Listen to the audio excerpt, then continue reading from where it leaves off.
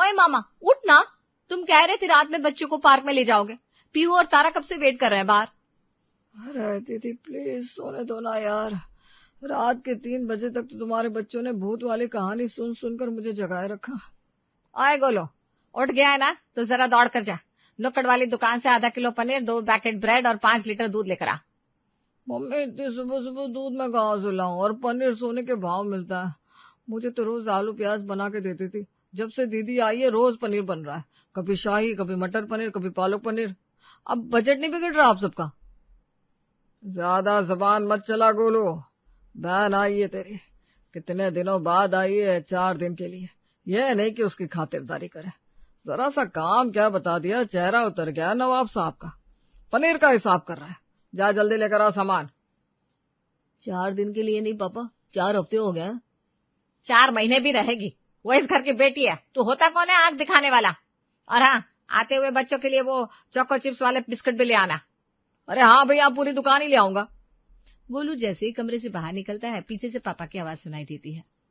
अरे कभी मामा की तरह हंसते हुए बच्चों के लिए भी कुछ खाने को ले आया कर, आइसक्रीम, चॉकलेट, खुश हो जाएंगे बेचारे बच्चे। अरे सुबह सुबह कौन आइसक्रीम खाता है भाई, गला खराब हो जाएगा। मुझे बच्चों की सेहत की चिंता है, आप लोग तो लाड प्यार में बिगाड़ रहे हो बच्चों को। मामा से अगर बच्चे खुलकर फरमाइश नहीं करेंगे तो किससे करेंगे। और सुन, आते हुए मेरे लिए एक ठंडी कोल्ड ड्रिंक की बोतल भी ले आना, आज सुबह से बड़ी उमस है, मेरे तो पेट में गैस गुड़गुड़ कर रही है। हाँ दादी, बहती गंगा में तुम भी हाथ साफ कर लो, अब तो सबके पेट में गुड़गुड़ होगी। गोलू बिना मन के बाजार गया और सारा सामान लेकर आया। शाम के करीब 4 बज रहे थे। गोलू अपने कमरे में पंखे के नीचे लेटा था कि तभी मोबाइल वाइब्रेट होता है। स्क्रीन पर खुशबू नाम चमक रहा था। गोलू आवाज धीमी करके फोन उठाता है। हेलो खुशबू। हेलो कि बच्चे, पूरे 3 हफ्ते से टाल रहे हो मुझे, कभी दीदी का काम, कभी बच्चों का काम। आज शाम को ठीक 4 बजे मुझे सेंट्रल पार्क में मिलो, वरना हमारा पैचअप अब कभी नहीं होगा, समझ गए। अरे नहीं नहीं खुशबू, गुस्सा मत हो, आज पक्का मैं ठीक 4 बजे पार्क पहुंच जाऊंगा, प्रॉमिस। मेरी सोना मोना बाबू बेबी से गुस्सा छोड़ना उठ। गोलू फुर्ती से अलमारी से नया शर्ट निकालता है, परफ्यूम छिड़कता है और जैसे ही दबे पांव मुख्य दरवाजे की तरफ बढ़ रहा था कि तभी रिया दीदी सामने आ जाती है। कहाँ जा रहे हो गोलू भाई साहब, इतना परफ्यूम काहे उड़ा रखा है। वो दीदी बस ऐसे ही दोस्त से मिलने जा रहा था, बहुत जरूरी काम था। अरे क्या फालतू में दोस्तों के साथ मटर गश्ती करता रहता है, चल आज हमें कहीं घुमा के ले आ।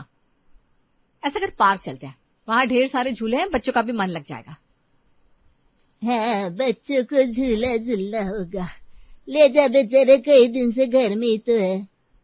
और सुन गोलू, वो सेंट्रल पार्क चलते हैं, वहां बच्चों के लिए कितना कुछ है, बच्चे खुश हो जाएंगे। सेंट्रल पार्क का नाम सुनकर गोलू के चेहरे का रंग उड़ जाता है। सेंट्रल पार्क यानी सीधे मौत के कुएं में छलांग लगाना। जहां वो खुशबू से मिलने वाला था, वहीं दीदी और बच्चों की पूरी पलटन जाने की जिद कर रही थी। अब नहीं दीदी, सेंट्रल पार्क नहीं, वहां मत चलो, वो पार्क ना बिल्कुल अच्छा नहीं है, वहां बहुत बड़े बड़े मच्छर है, वो काट लेते ना तो सीधा मलेरिया हो जाता है, और वैसे भी ना आज वहां कोई जहरीला सैनिटाइजेशन का काम चल रहा है, आम जनता के लिए बंद है। चलो मैं तुम्हें कल किसी मॉल ले चलूंगा, आज रहने दो ना प्लीज। अरे हट, बहाने मत बना, जब देखो तब दोस्तों के लिए टाइम है और बहन भांजों के लिए मच्छर आ गए, चल चुपचाप, ज्यादा नखरे मत कर। तभी रसोई से मम्मी और लिविंग रूम से पापा गोलू की आवाज सुनकर वहीं आ जाते हैं। आए गोलू, तेरे जुबान कुछ ज्यादा नहीं चलने लगी, बहन और बच्चे क्या रोज रोज आते हैं। इस लड़के की अकल घास चलने गई है, शर्म आनी चाहिए तुझे। बोलो, जरा सा काम क्या कह दिया, बीमारी के बहाने ढूंढने लगा, मच्छर काट लेंगे। चुपचाप गाड़ी की चाबी उठा और बच्चे को पार्क लेकर जा, वरना मुझसे बुरा कोई नहीं होगा। अब एक तरफ कुआं है, दूसरी तरफ खाई। मजबूर होकर गोलू दबे पांव बाथरूम की तरफ भागा और अंदर से दरवाजा बंद कर लिया। भगवान, आज मेरी लाज रखना, वरना खुशबू मेरा कचुम्बर बना देगी। हाँ गोलू, पहुंच गए पार्क, मैं भी बस निकलने वाली हूँ। Hello Khushboo, I am sorry baby, मैं नहीं आ पाऊंगा। क्या नहीं आ पाओगे? साफ साफ कहो, तुम्हें मुझसे मिलना ही नहीं है। अरे नहीं खुशबू, तुम्हारी कसम, वो एक्चुअली आधे घंटे पहले मैंने रास्ते से शिकंजी पी ली थी, पता नहीं उसमें क्या था, लगता है जलजीरा ज्यादा था। पीते ही ना मेरे पेट में भयंकर मरोड़ उठी और मुझे जबरदस्त वाले दस्त लग गए। मैं बेड से उठ भी नहीं पा रहा हूँ, हर 2 मिनट में बाथरूम भागना पड़ रहा है। डॉक्टर ने कहा रेस्ट की जरूरत है। आई एम सो सॉरी खुशबू, मेरी हालत सच में बहुत खराब हो गई है। तुम ही सोचो ऐसे पेट के साथ कैसे बाहर खाऊंगा, कहीं वही हो गया तो। अरे तुम भी ना, सच में इतनी खराब हो गई है तबीयत? चलो कोई ना, मिलना तो बाद में भी हो जाएगा, टेक केयर। पता नहीं लग रहा जैसे हमारी कुंडली में आकर राहु केतु बैठ गए, मिलने का मुहूर्त ही नहीं निकल रहा। राहु केतु नहीं, शनि आया है और उसका नाम है रिया। बाल बाल बचे, खुशबू तो मान गई। अब इस आफत की पलटन को पार्क ले जाकर जल्दी से वापस घर ले आता हूँ, वरना मुझे मेरे ही घर से बाहर करवा देंगे ये लोग। इस बार तो लग रहा है ये दीदी मेरी फील्डिंग सेट करा के मारेगी। छोकरी जाएगी, नौकरी जाएगी और घर से भी लात पड़ेगी सो अलग। पार्क पहुंचकर गोलू सुकून से बेंच पर बैठता है। तभी सामने से गुलाबी सूट और काला चश्मा पहने खुशबू वॉक करते हुए आती है। दोनों की नजरें मिलती है। गोलू, खुशबू, तुम यहाँ? तुम्हें तो भयंकर दस्त लगे थे ना, तुम तो बेड से उठ भी नहीं पा रहे थे ना, और पार्क में तो वॉशरूम भी नहीं है, यही कहा था ना तुमने? अरे नहीं खुशबू, वो एक्चुअली मेरी बात सुनो। डॉक्टर से फिर मेरी बात हुई तो उसने बोला मुझे खुली हवा की जरूरत है, जहाँ पेड़ पौधे हो, ताजी हवा हो, तो मैं थोड़ी देर के लिए यहाँ चला आया। अरे वहां क्या काला चश्मा पहनकर बैठा है? चल मैंगो शेक लेकर आ बच्चों के लिए। अच्छा तो ये है तुम्हारी बीमारी की वजह? मुझसे झूठ बोला तुमने इस पलटन के लिए? खुशबू, भगवान की कसम घर वाले नहीं मान रहे थे, जबरदस्ती भेज दिया, वरना मैं अपने बाबू बेबी बच्चों को छोड़कर इन बच्चों को लेकर यहाँ आता क्या। प्लीज बेबी मान जाओ ना। मुझे कुछ नहीं सुना, तुम झूठे हो, धोखेबाज हो। आज की बात मुझे फोन भी मत करना, हद होती है। मैंने तो शंकर भगवान को मन्नत का प्रसाद तक बोल दिया था कि बस मेरा गोलू ठीक हो जाए, और यहाँ ये महाशय मैंगो शेक पिलाते घूम रहा है। खुशबू पैर पटकती हुई तेजी से पार्क से बाहर निकल जाती है। खुशबू सुनो तो।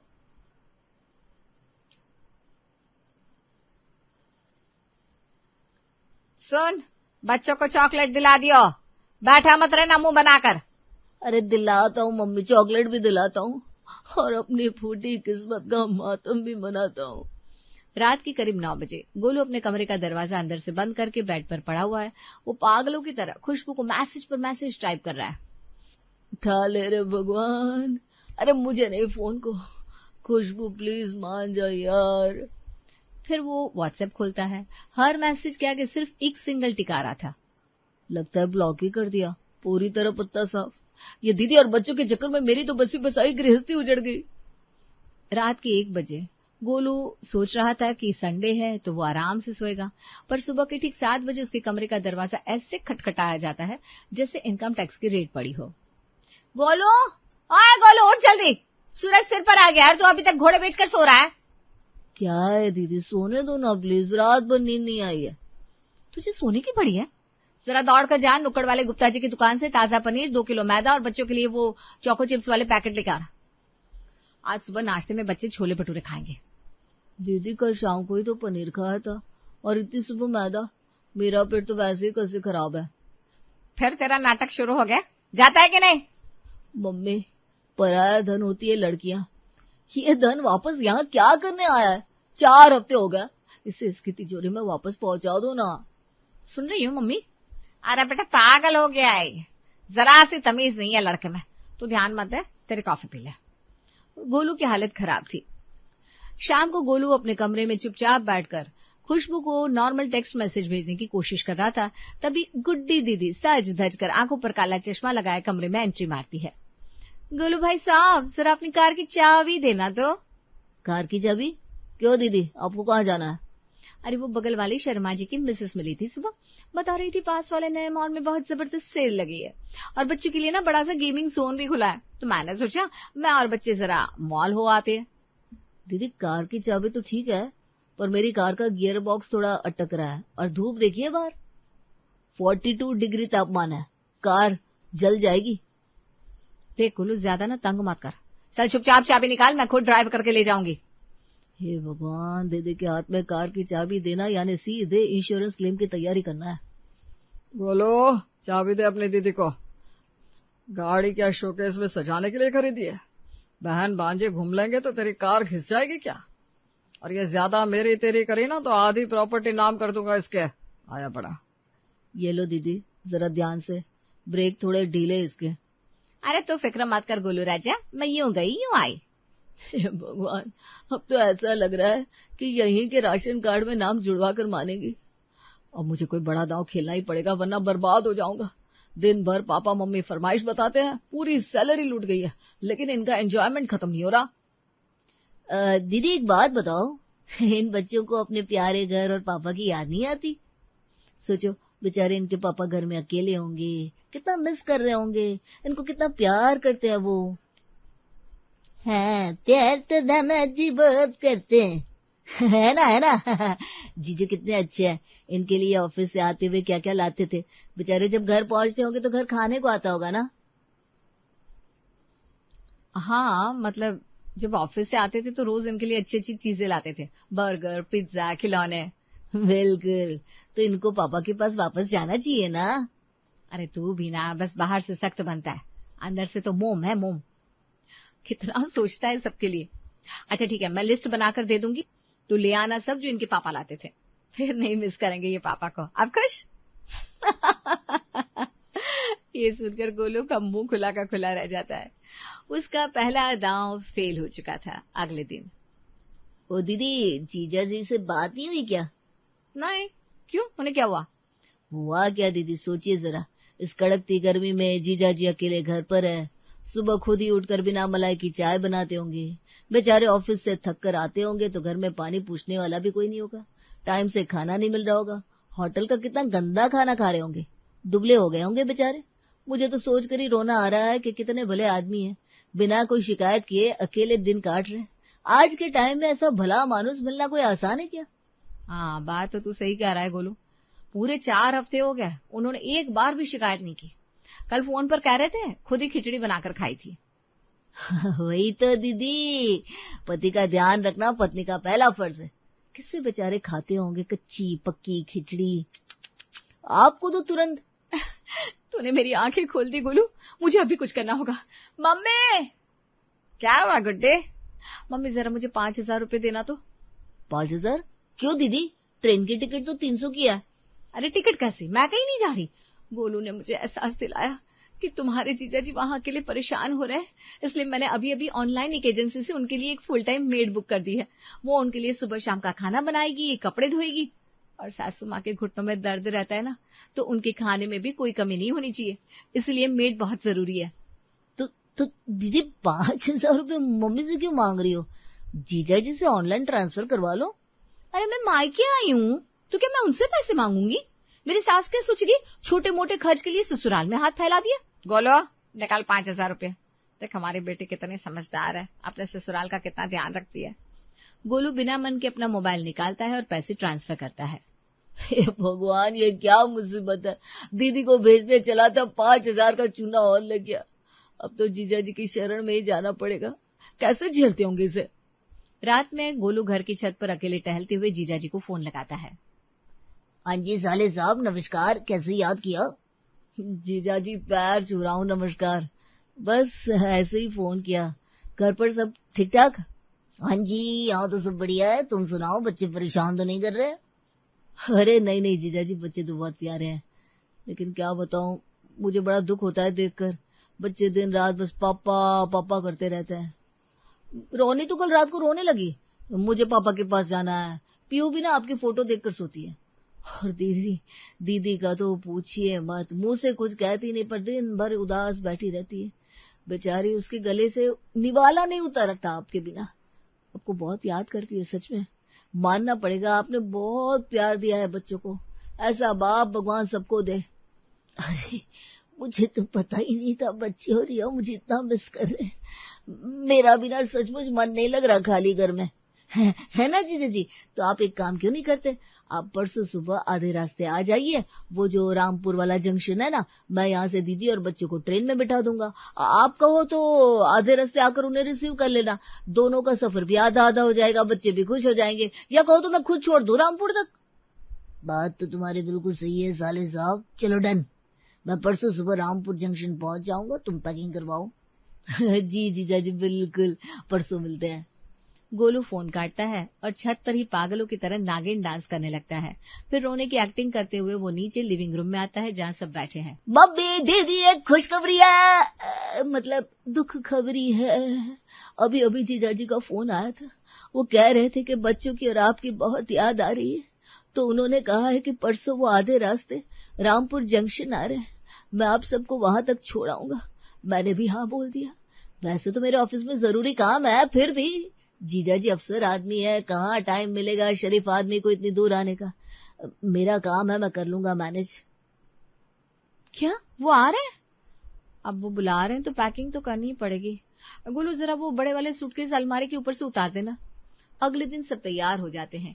दीदी रोते हुए मम्मी पापा से गले मिलती है। गोलू मन ही मन बहुत खुश था, पर अगले ही पल टिंग डोंग करके डोरबेल बजती है।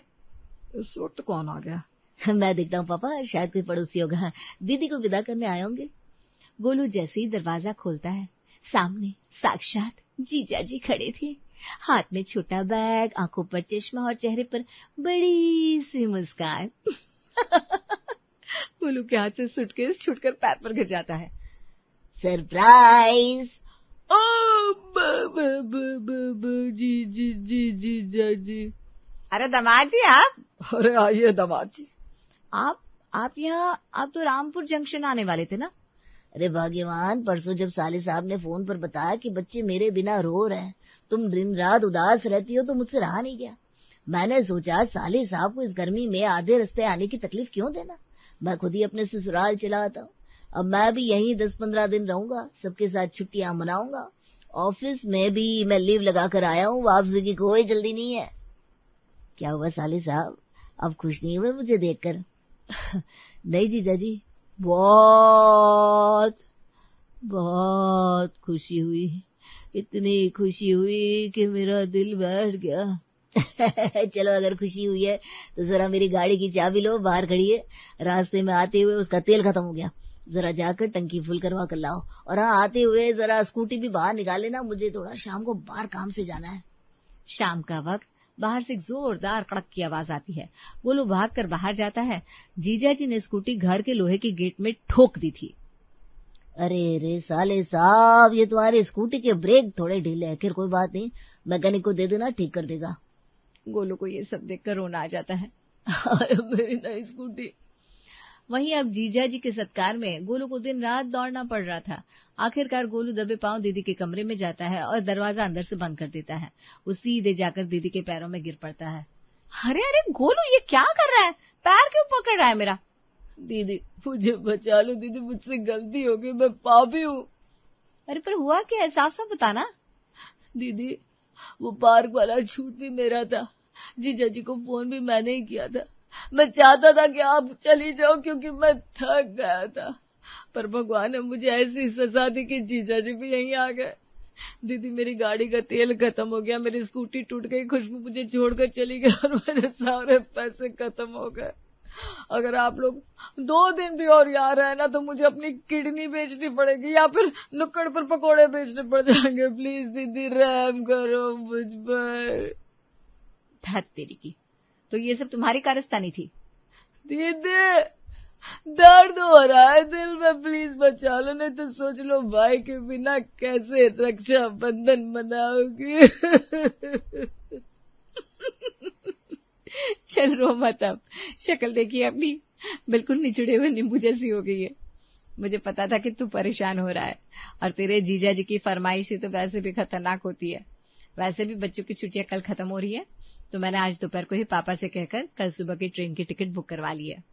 सच्ची दीदी, अब कल सुबह सच में जा रही हो? झूठ तो नहीं बोल रही हो ना?